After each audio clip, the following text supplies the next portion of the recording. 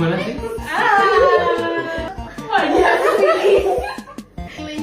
Misalnya Alkitab.